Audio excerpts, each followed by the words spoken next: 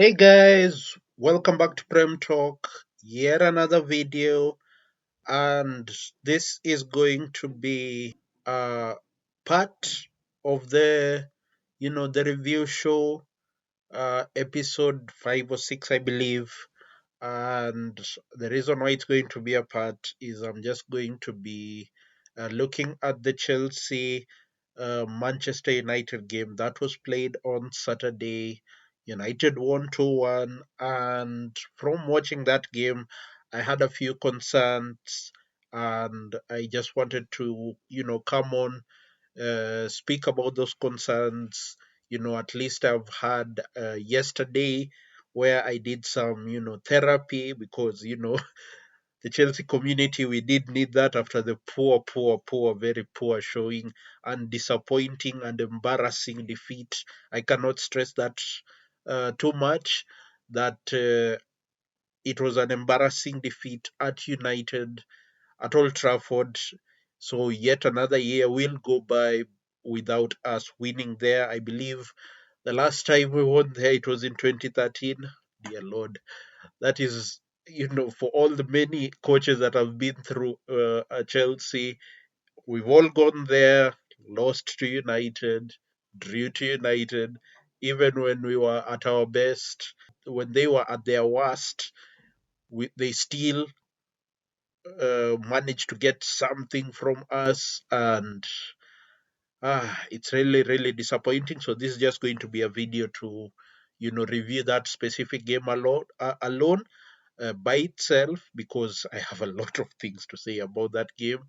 And then, you know, tomorrow we will get the rest of the review show, the other 9 games, fully, uh, made and everything. So, thank you. Welcome into the video, and let's continue to, watch, view, subscribe, like, and share. And let's get this Prem Talk, this review show, and everything that I do provide at Prem Talk round to the rest of the world. And let's get the subscriptions up, let's get the likes up. Please drop also your comments so that I could also uh, gauge on how you guys like the show and everything, and what else I can do to continue to improve the show and grow this platform even much more than what it is right now. So welcome, let me get into the video and let's start off. So Saturday 7:30 p.m.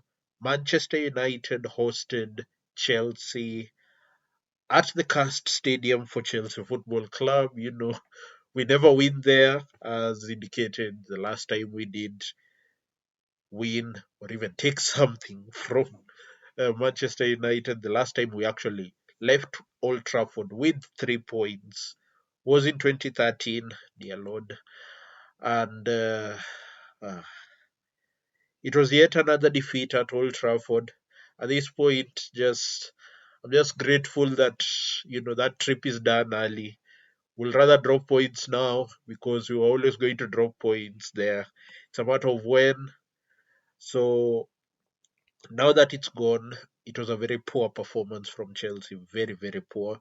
On the back of a poor draw last weekend against Brentford.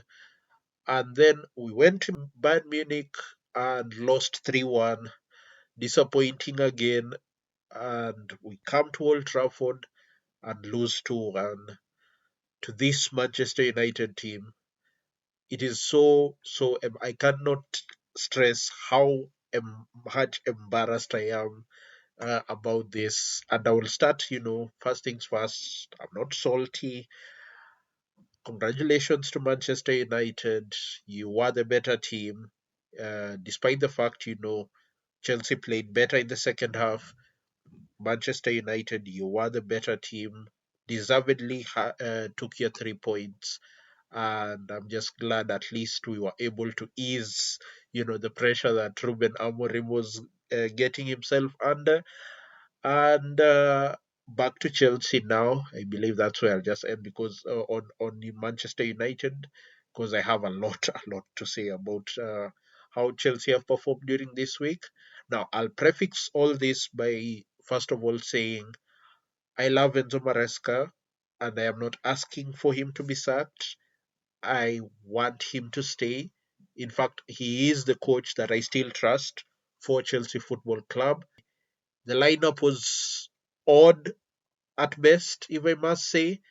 We were coming up against United. The back four was, of course, it was Robert Sanchez in goal, Reece James, Wes Fofana, Trev Chalobah, and Marco Correa were at the back. The midfield pair was always Moises Caicedo and Enzo Fernandez.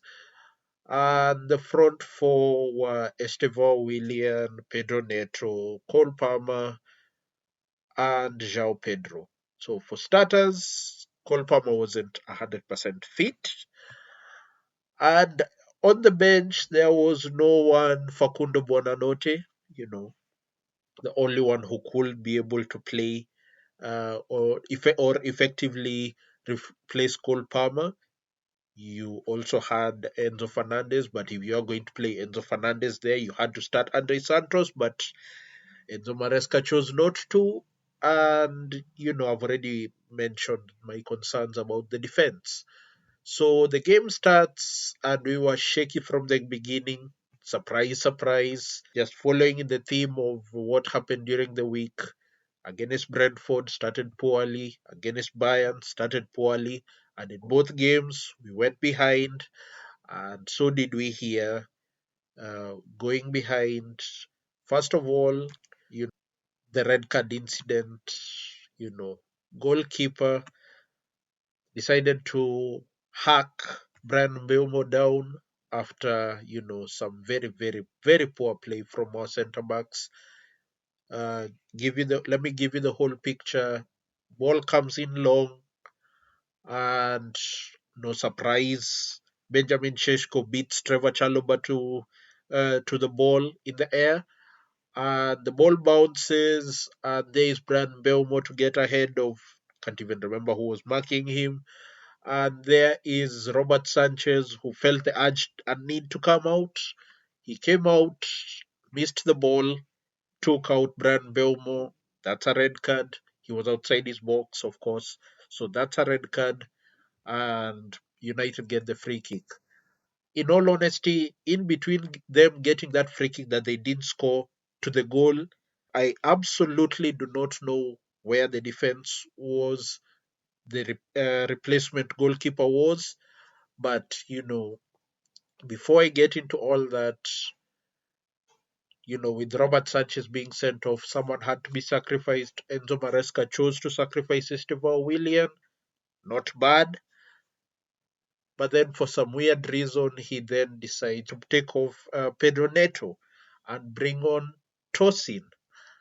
So that gives us now three centre backs, two now wing backs in Marco Correa and Reece James.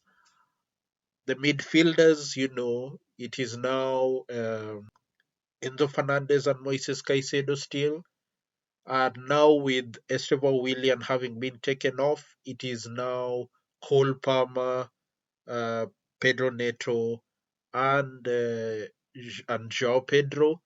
But in that same opportunity or window of substitution that he did take off Estevao to bring on a goalkeeper, he then decided to take off Pedro Neto to bring on Tosin to have three centre backs there, and that just killed any attack that we were meant to have, because now up top we were just Cole Palmer and João Pedro, and as if the killing or the dagger wasn't in enough to hurt our attack. Few minutes later, Cole Palmer goes down with an injury, and he has to come off. And Enzo Maresca, in his confused state of wisdom, decided to bring on Andre Santos and leave us with just João Pedro as the only attacker on the pitch. And at that point, it was a 5-3-1. five defenders, three midfielders, and just the one striker up there alone by himself in João Pedro, who at this point he deserves that round of applause. The game continued, and by good luck, Casemiro gets himself sent off. But at that point, Enzo Maresca had already taken off all his attackers, left only João Pedro up top. And don't worry, there's something I'll mention about Cole Palmer at the tail end. So we go into halftime, 10v10, and I did expect at halftime that he will at least bring on someone to help or assist João Pedro up top in the attack. Nothing happened. We were still that 5-3-1, the five defenders, three midfielders, and that one attacker. And then on continues the second half, in which we were controlling, now 10v10. We were able to bring control into the game. And the opportunity or the window of substitution does come. Enzo Maresca chose to take off Marco Correa, bring on Malo Gusto, which is fine if he still wants to maintain that.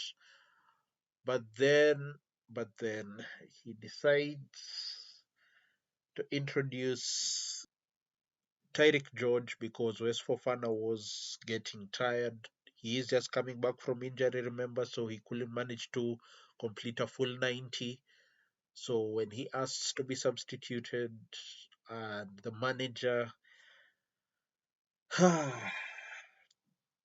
decides to bring on Tyrick George to attempt to partner João Pedro up top or assist João Pedro in attack, when he has Alejandro Garnacho on the bench, Jamie Bino Gittens on the bench, two players who can provide pace, Mark Giu, who is a partner in crime to João Pedro, a striker, who can allow João Pedro to drop and, operate more as a 10 or a second striker with Mark Giu.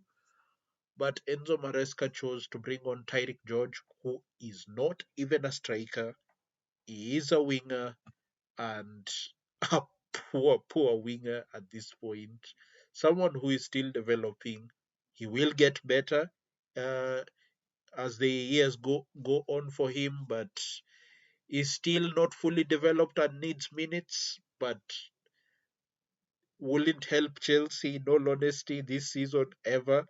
So he chose to bring on Tyrick George, and of course he did nothing apart from getting himself a yellow card for a silly foul. And the game will, in all honesty, just continued to peter out. And although we did get a consolation from a Reece James cross and Trevor Chalobah heading the ball into the net, I believe it did come from the third phase of a set piece, a corner, and at least gave us something small to smile about and cheer us up as Chelsea fans. But in all honesty, we all know we were hampered and weren't going to be able to win the game because we had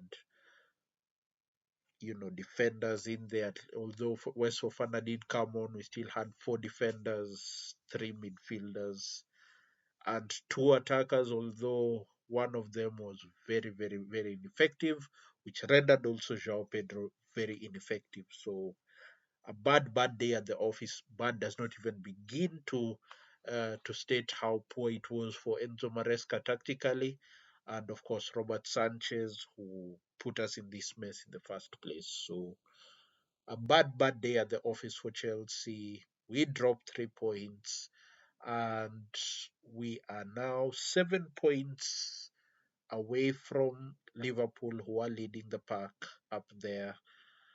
And it is so disappointing. Although what gives me some sort of at least encouragement is the fact that everybody else dropped points. I will talk more about that in the video tomorrow as I review the other 9 games of the game week. but it still hurts having to lose to this Manchester United side who are really really poor. And the positive is I am just glad that we are done with that fixture of Manchester United at Old Trafford. At least we would have to visit that ground, hopefully, uh, till next season. But I'm just glad we are done with our quota for Old Trafford this season.